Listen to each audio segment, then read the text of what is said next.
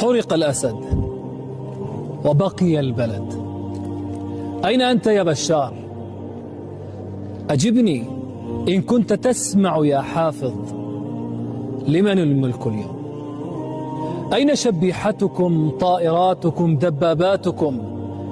أين ملككم وجبروتكم؟ إنا قد وجدنا ما وعدنا ربنا حقا، فهل وجدتم ما وعدكم ربكم حقا؟ والله لو علمتم كيف سيكون مصيركم في الدنيا والآخرة لأيقنتم أن ظلمكم أنفسكم أشد من ظلمكم للناس.